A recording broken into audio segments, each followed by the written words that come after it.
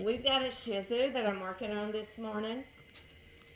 His face needs cleaning up really bad. His ears are matted. The inside of his ears needs attention. He's got a little bit of matting, but not bad at all. His body is good. In his back end area, in his tail, he's got some matting. When he first started here, where he was not going to a regular groomer. He was having to be put to sleep every time he got groomed. He would not let anybody touch him. His mom and dad, they can't do anything with him still yet at home. So when he started coming here, it took several visits of working with him to get him to calm down and be okay with grooming. I could not touch his face at all without him trying to eat me up. Could not touch his front legs or any of his feet without him trying to eat me up. He was extremely aggressive. And so in just working with him, he learned I was not going to try to harm him. He learned he was safe. And now this is one of my favorite dogs to work on. I love this boy so much. And I told his mom that how I loved him, and she said she didn't think she would ever hear that from anybody because he was so mean. But now he enjoys being groomed. I can handle him. He still won't let his mom and dad deal with him, but he does so good. I can do his face. He just does really good now. So he's one of my favorites. So I'm going to get started on him. Going to do his sani trim first and get that done. I'm using my Oster and I'm starting on the 10 for the sani trim.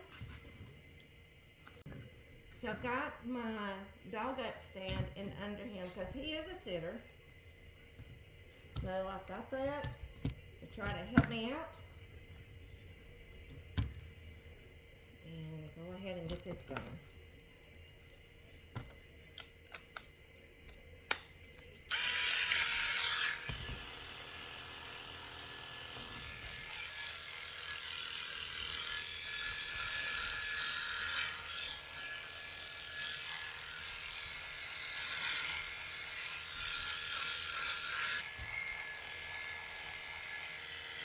So I'm going to put full pressure this butt right here. And I'm going to shave up a little ways on his tail because he has issues. They have to give him pumpkin, and they give him mineral oil because he is prone to being constipated and having anal gland problems. Last year, he had a spell where he had seizures because he was straining so hard to use the bathroom. And so he had to make a few vet visits because he started having some seizures from the stress of it and just straining so hard.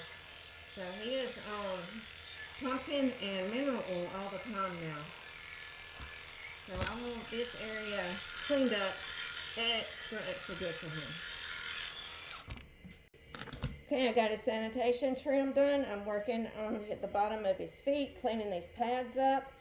So I've got my 30. And we're going to do his feet.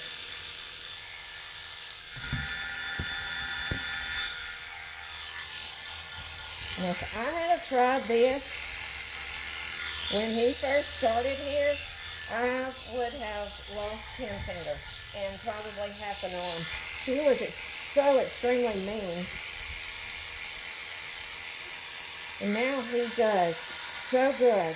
You know, you have to work with these babies on their tolerance, on their level. You can't do a full groom when you're trying to desensitize one and teach them that you're not going to hurt them, that it's okay to be groomed. There's no way that you can do a complete groom. You just have to do sometimes just one thing at a time. It may be their face, it may be their nails one time, their body, just anything, whatever they can tolerate is all you can do, and then just work on something else the next time until they finally get it that it's okay to be groomed, that you're not gonna kill them, you're not gonna hurt them. So I'm gonna do his front feet on the pads, and then I'll do his body and his face.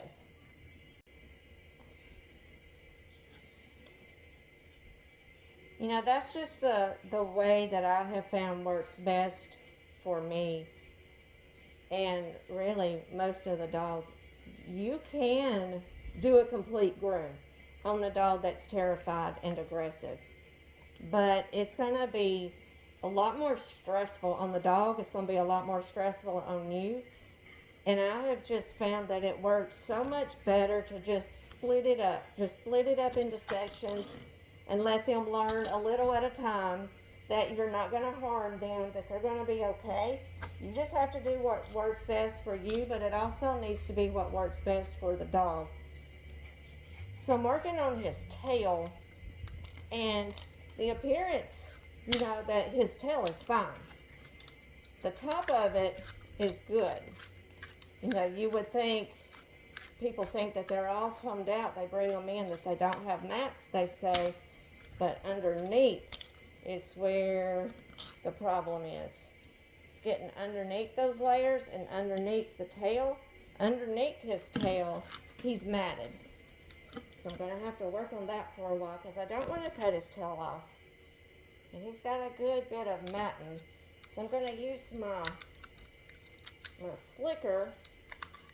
And I'm using the softer slicker. This is not the one with the wiry bristles. This one is the plastic coated tips, and it's just not as harsh as the other one.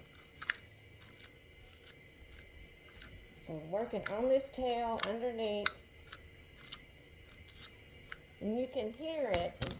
Let me get my other normal regular slicker. You can hear the hair. It just goes through very easily. You can't hear it, but when you get underneath, you can hear where it's tangled. So people, you know, just have to teach your customers, or if you're doing this at home, to just be aware of the undercoat, be aware of underneath the tail to get that. But you know, again, this fella won't let his mom and dad hardly do anything with him. He would eat them up if they tried to brush him at home. He won't let them bathe him. He won't let them really do much of anything. So I got all the tangles out of his tail, and it's all good. So I'm going to finish his body. He's all ready to go home. He's finally done. He's excited. He sees his mom outside, and he's ready to go.